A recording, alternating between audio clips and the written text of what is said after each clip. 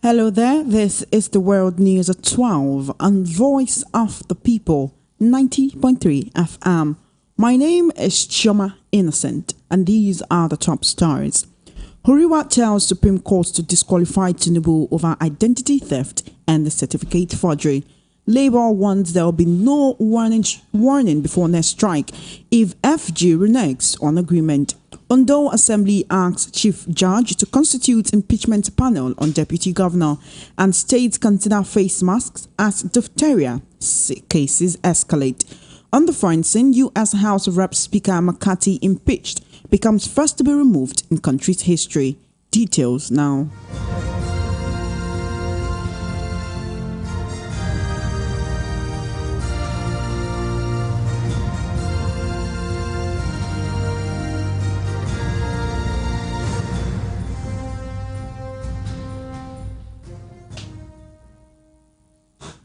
Thank you for staying with us. The World News at 12 begins with the official repudiation of President Tinubu's certificate, the only academic qualification which he presented to the electoral office, coming at the deposition of school officials on Tuesday in Chicago. An expanded transcript of the session is still being processed, but the expectation of Nigerians on how the school would characterize Tinubu's certificate under oath and penalty of perjury. The registrar of Chicago State University, Caleb Westberg, said the certificate dated June 22, 1979 and tendered to INEC on June 17, 2022 was not issued by the school, and its administrators could therefore not be able to authenticate its source. Mr. Westberg, who has been CSU's registrar since November 2020, also said during the deposition, which lasted about 5.5 hours, that Tinubu did not apply for a replacement certificate, nor was he ever issued one. The categorical statement capped a successful outcome for the months-long legal strategy of Atiku Abubakar, who was Tinubu's main opponent, who approached the United States District Court for the Northern District of Illinois in Chicago to ascertain the authenticity or otherwise of the document.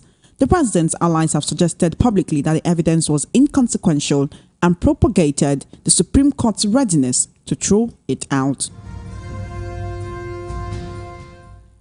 Meanwhile, the Human Rights Writers Association of Nigeria, Huriwa, has urged the Supreme Court to disqualify President Bola Tinubu from office or compel him to resign over his alleged identity theft and the certificate forgery.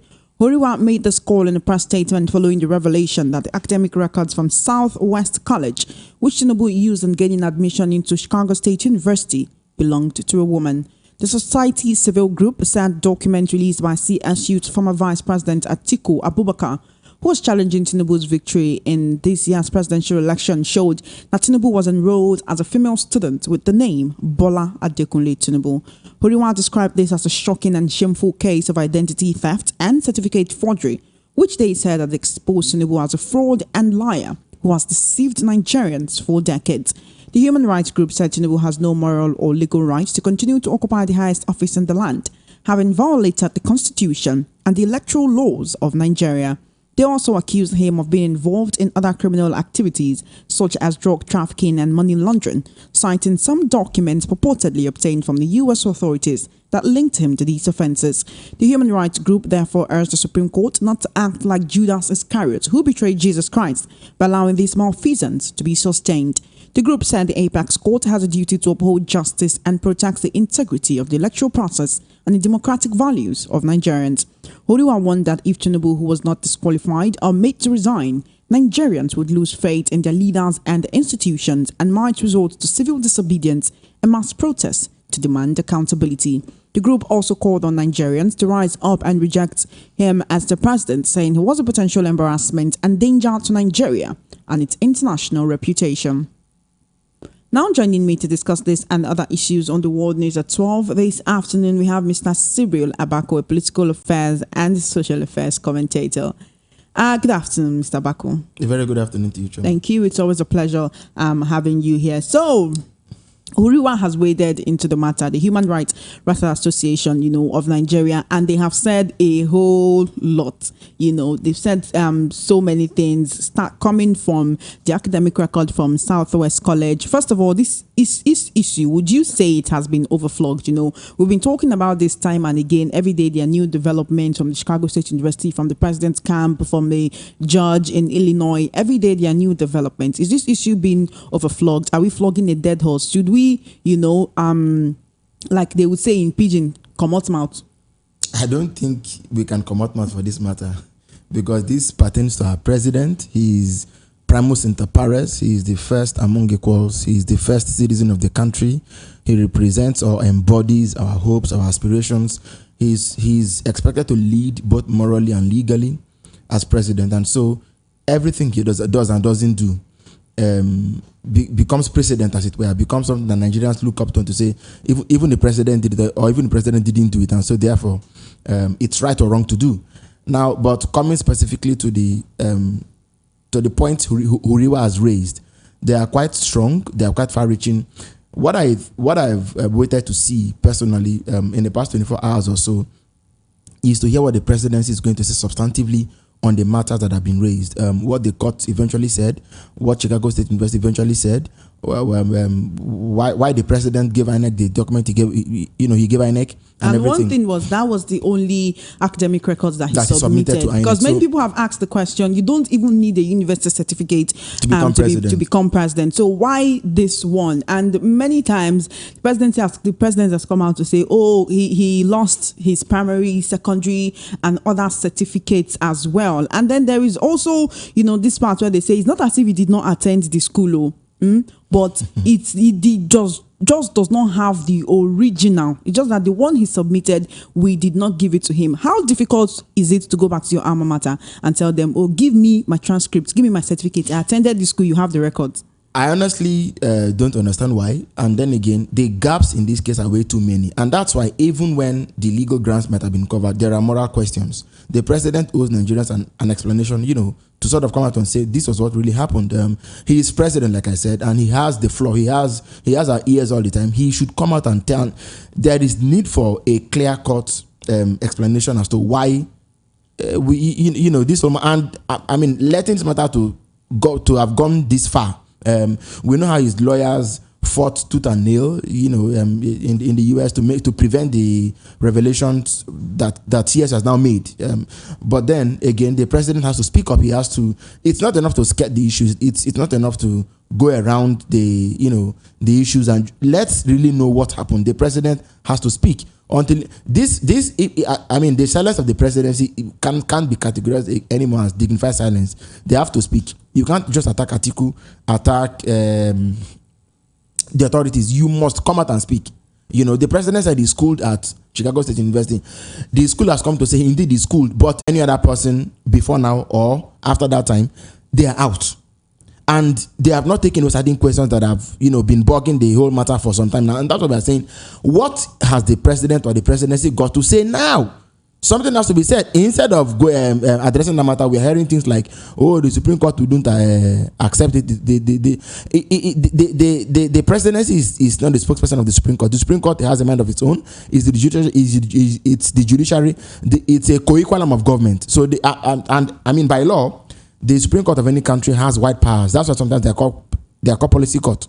You never know what they can admit in evidence or not. The fundamental question is the president. Look, this matter is not just a legal issue. There's a strong moral foundation to it. And until the president or the presidency will be willing to come out and have a sit down and to explain to Nigerians, I think that they've not addressed the issue. Whether CS came out to speak or not, the extent to which the president went to even prevent the school from releasing those documents goes. When you're a leader, you must lead by example. Sometimes, in fact, even before you ask questions, a good leader must be able to say, my hands are clean. I didn't, because you are conscious of the fact that what you do and what you don't do becomes an example for others to follow. I remember there was a governor many years ago when, this whole security vote that they don't account for. The governor gave account of security vote just to make it clear that my hands are clean.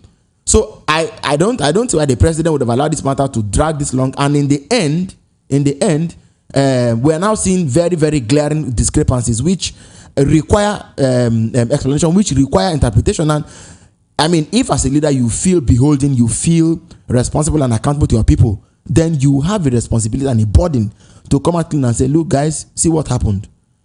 Even if it's better than something that is not toward, let Nigerians be willing to forgive you. And if they don't, you are there basically to execute their wishes. So you do their wish, and not to have dragged this matter, for as long as it's been dragged, and then in the end, where it has created more questions than even answers. All right, talking about dragging the matter, sometime last month, precisely around September, on September 21, the president's lawyers had warned the judge, saying in a hearing on that day that releasing the document, would inevitably inflict severe irreparable harm against the Nigerian president. These were their words: severe and irreparable harm. Is that something that is happening at this point? Because even before now, people have been talking about it. Even as at when he was contesting for governorship of Lagos State in 1999, this was also talked about. This was the same certificate that has been submitted between 1979 to 1999. That was 20 years, and between 1999 till now, that's even more years. Than we can count. That's about 24 years between then till now. All of these discrepancies, couldn't it have been solved before now, so that by now all of this must have been cleared? Because if you're saying that yes, somebody did attend my school, bringing out their certificate, their transcript should not be too much of a problem. Even if you don't have the original copies anymore, you should have a library where all of these things are kept, which is why I asked the question, what is CSU's own in all this? Now, coming to Huriwa, asking for a disqualification and saying, or even asking for a possible prosecution over what they called alleged identity theft and certificate forgery. Is this something that you see happening?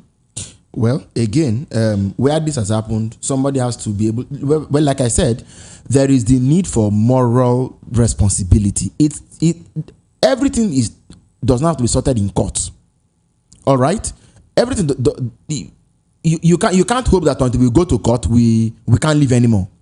So the president should have spoken by now. Again, identity theft and what's the other one? Certificate forgery. What the lawyers even said, talking about irreparable and severe damage.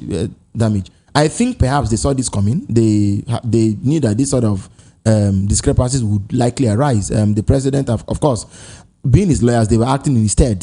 So clearly, they didn't want this to come out, but good, they think it's out. Chema, first of all, thank God, this was the American system. If it had been Nigeria, definitely that this court process would definitely, this would have been dead in water from the very first day. But again, this is the US. The matter has come out now, so there is a need for the president to give a good accounting of himself to Nigerians.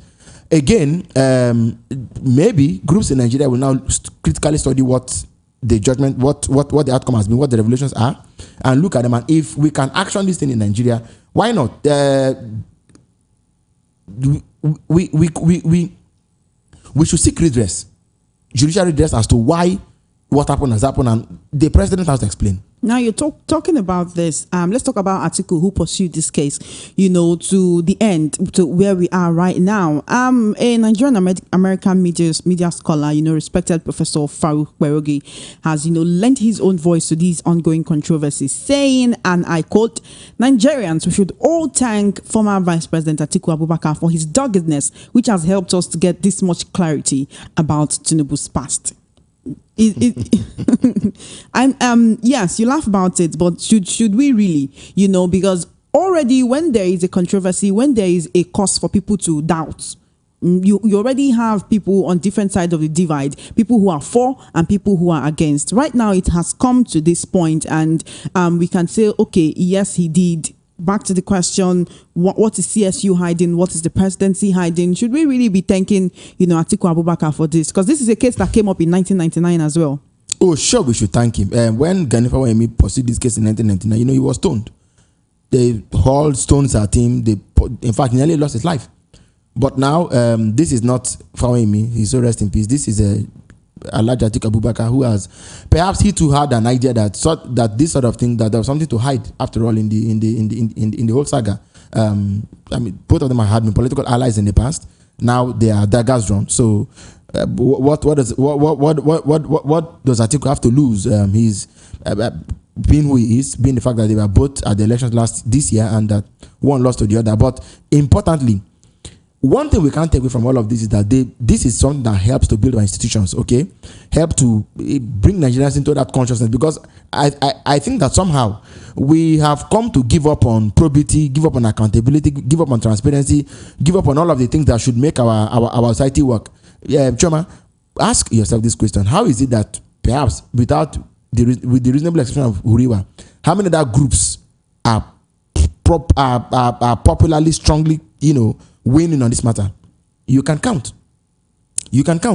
So that perhaps also speaks to the fact that the Nigerian psyche has over the years become enamored or become immune or become benumbed to the fact that when wrong is wrong, you call it wrong, and when right is right, you call it right. Perhaps all of this will help to also shed light on the fact that political office holders in Nigeria, in the president's own case, 44 years, 79 to 99, that's 20, 99 to 2019, that's around another 20 years, that's 40, and then 19 to now, that's for 44 years. Why didn't he apply to get his real certificate? Why if there were discrepancies, why didn't he apply to get the real one? And then going as far as submitting something else to INEC. I shudder to think if there could be another name for it. So the president clearly has to give us an answer. All right. Let's quickly talk about the NLC and the agreement that, they had with the federal government, the agreement they came to on Monday night. The Nigeria Labour Congress, NLC, on Tuesday warned that there will be no further warning before the next strike in 30 days if the federal government does not keep to its current agreement with the NLC and the Trade Union Congress, TUC. Speaking on Arise, our news channel, the NLC President, Comrade Joe Ajaero, stated that enough time had been given to the President Bola Tinubu administration to take appropriate action to cushion the suffering in the country and avoidable deaths among the masses occasioned by the harsh economy, but the government continued to ignore the labor union. You'll recall that the NLC had suspended its planned indefinite strike on Monday night, saying the industrial action was prompted by mass suffering following the removal of fuel subsidy and crisis in foreign exchange market and a triple effect on Nigerian workers. The suspension of the planned nationwide strike followed the signing of a 15-point memorandum of understanding between the two main labor unions and the federal government.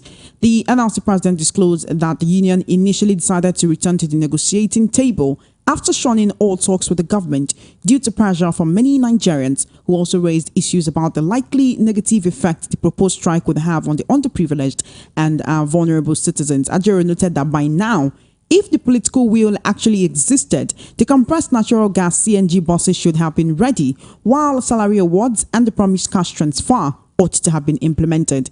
He also explained that the unions had insisted that copies of the MOU signed between it and the federal government should be deposited at the courts so that neither of the parties could renege on the agreement without judicial consequences. Now, on Tuesday, many people were planning towards a proposed NLC strike. In fact, the NLC has said, stock up your houses. This is going to be the mother of all strike. But then they went into talks with the federal government and the strike was shelved for the next 30 days. This 15-point memorandum of understanding, there were certain points that were made, one of which is the provision of CNG, compressed natural gas buses for mass transit, all over the country. Now, compressed natural gas as opposed to, petroleum, as opposed to fuel, due to the whole subsidy issue, so that people, because of transports, the hike in transport fare that we've been experiencing, that many of us even experience now on a daily basis. One more thing that the NLC president said is that the union rejected the 25,000 naira announced by the government before 35,000 naira was eventually approved. There was something he also said last week, that the only time that the federal government listens to them or actually takes action is every time that they announce a strike. So there will be no warning strike. So there will be no warning for the next strike, warning or no warning. If the NLC should go on a strike right now, that is if the federal government reneges on this agreement, who is going to suffer it most? Because at the end of the day, it's the masses who have to sit at home. It's us who, can't go to work. It's us who suffer this transport fares increase. And, all of this, would that strike now that they're saying, there'll be a warning strike, would this still push the federal government to do what they want them to do? So I honestly don't think that the federal government is perturbed by the things the NLC says anymore. The evidence is everywhere for anyone to see. You ask yourself, ever since the very first meeting the NLC had with the federal government, what has particularly changed? Nothing. It's about strike is 2 weeks, 2 week notice, 3 day notice. Strike is next week. Government keeps quiet. Initially, they say we appeal to you, don't go on strike. So a day to the strike, the Minister of Justice will say there's a pending court order, you must not go on strike, don't break the law. Then on the eve of the strike, they sit down there and have whatever discussion they have over tea or bread or something. And then the following morning, they come out and say strike suspended. We have an agreement. We're waiting. I personally don't believe that in 30 days, all of those things in the MOU are going to be met. I don't think so. I have strong reservations. If not all, like how many? I can't. I'm not sure. A government that didn't get CNG buses to be in the country since May will now, let's even say June, will certainly get them in less than 30 days. I don't see it happening. Even if maybe they bring 1 or 2 and sample them in Abuja and say they've started. I don't see it happening. This is 4 or 5 months down the line and nothing has happened. The other time they said 8 week notice. 8 weeks passed. I recall that I was here to discuss it with you. 8 weeks on the day the 8 weeks was agreed. 8 weeks passed. Expired in August. Nothing happened. September passed. Nothing happened. So I honestly don't see what is going to happen now that will be different from what NHS has always had with federal government. In the end, maybe they say, okay, don't go on strike again. Come, we've done 1 or 2 things and it will all just fizzle out. The NLC hasn't properly made its case in the way that I would expect it to properly make government sit up and quickly take steps that can ameliorate Nigerian sufferings. They have everything government has done, palliative distribution and whatever and what have you. We are done without NLC being involved. So if government didn't need NLC to already roll up palliatives and all of that, I don't see what will come out of the new ultimatum. There's nothing for me that will be so.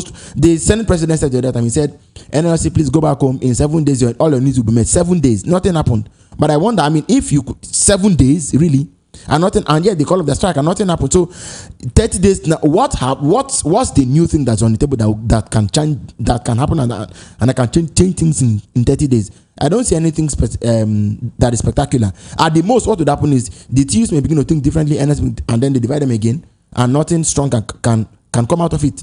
30 days. Let's watch and see. The issue of deposing a copy of the memorandum with the courts should have been a precondition for even signing it. You don't think about that after the signing. It should have been a precondition for signing it. So government would not be the one to take a copy of the MOU to the courts for you. These are the lacunas. I think the NLC could have. This is not strike baiting. Strike doesn't help anybody. But if they had come to negotiate from the point of strike, it would have been stronger. It would have been better. It would have been tighter. But the way it is now, it's as if whenever our government wants NLC, they'll get them and they'll talk with them and then they'll call off the strike. So I don't see any power in what they're saying. All right, thank you. That's it on the labor unions. Just before you go, Mr. Abako, I have one more question on the certificate issue just before you go. Mm-hmm. In all of this, we've not heard from INEC. The ones that received, the fake and the allegedly forged certificate, we've not heard from them. Now, why really has INEC not come out to, say and come out to speak on the latest revelations on this? Because they are the ones that received, this certificate. If it is not right, they really should have said something by now. Don't you agree? Well, of course, INEC has a lot of these flaws in Kano, in Kano, where Governor Abba Yusuf's election was the APC candidate was declared winner, where his victory was annulled. Part of the contention that came, 2, 1, they said the governor himself was not a member of the party at the time he was nominated. Then number 2 was that a certain number of votes ought to have been made invalid because they were not signed.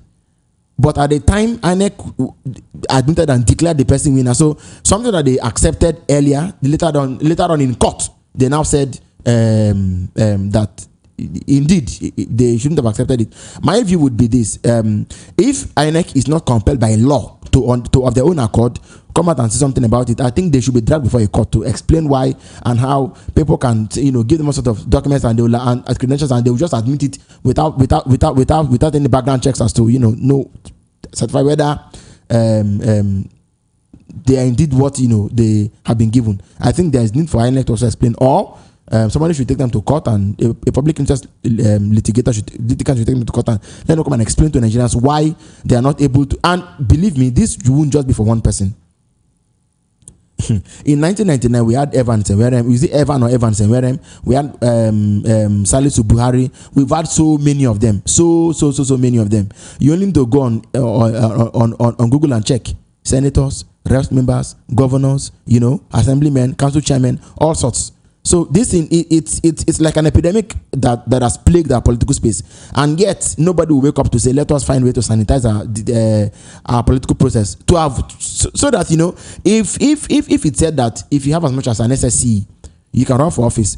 I don't see why there's this mad craze for to forge documents and forge results and forge all sorts of things just to claim what, and they claim all kinds of schools. In the past dispensation, I think it was Professor Perugi that said somebody who claiming to have a PhD didn't have a PhD, and heavens didn't fall.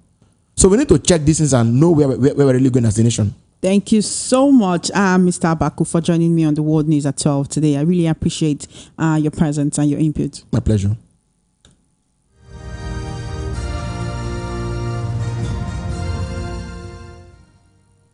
Elsewhere, the Ondo State House of Assembly has requested the Chief Judge of the state, Olusegun Dushola, to constitute a panel of inquiry to investigate allegations of gross misconduct leveled against the Deputy Governor, Lucky Aiyedatiwa.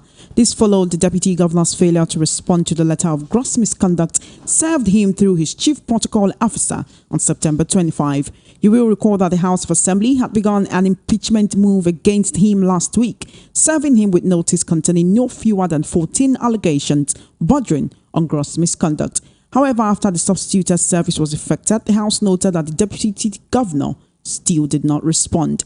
Speaker of the House, Olamide Oladiji, explained that Section 188 of the Constitution states that the Deputy Governor has 7 days to reply to any allegations leveled against him, failing which the Chief Judge shall, at the request of the Speaker, appoint a panel to investigate the allegations. He remarks that upon the conclusion of its investigation and within 3 months after its inauguration, the panel shall submit its report to the House of Assembly. In another development, as diphtheria spreads further across the country, the federal government has urged the affected 19 states to reintroduce the use of face masks. The Executive Director of the National Primary Health Care Development Agency, NPHCDA, Dr. Faisal Shaibu, gave the advice yesterday at the Diphtheria Outbreak Response Press Briefing in Abuja. He explained that as diphtheria is an airborne disease, people can reduce air contact with the bacteria by adopting non-pharmaceutical interventions such as the use of face masks, hand washing, and physical distancing from affected persons.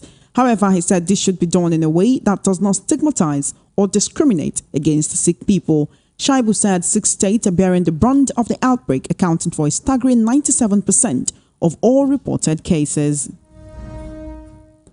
You're still listening to the World News at 12. On the foreign scene, the United States House of Representatives Speaker Kevin McCarthy has been impeached. McCarthy lost the fight for his political life after lawmakers decided to oust the California Republican from the speakership. It is the first time in U.S. history that a Speaker of the House has been fired.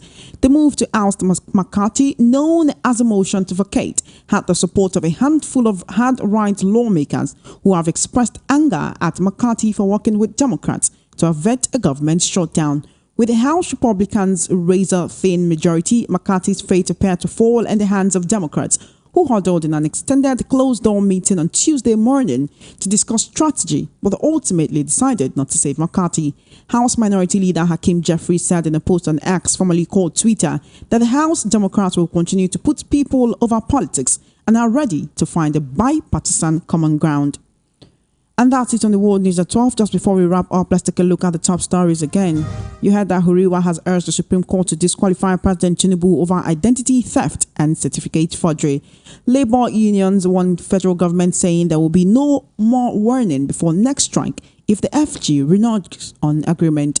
Ondo State Assembly asks Chief Judge to constitute impeachment panel on Deputy Governor, and states consider face masks as Diphtheria cases escalate. On the fronting, U.S. House of Reps Speaker McCarthy impeached. He becomes first to be removed in country's history. And that is a wrap on the World News at 12. My name is Ijeoma Innocent. Please follow our social media handles at VOP903FM. For coverage of your live event and brand news mentions on our news bulletins, do send a mail to news@voiceofthepeople.ng. Good afternoon and thank you for listening. Please stay tuned for Matters with Ikami Jude coming up next.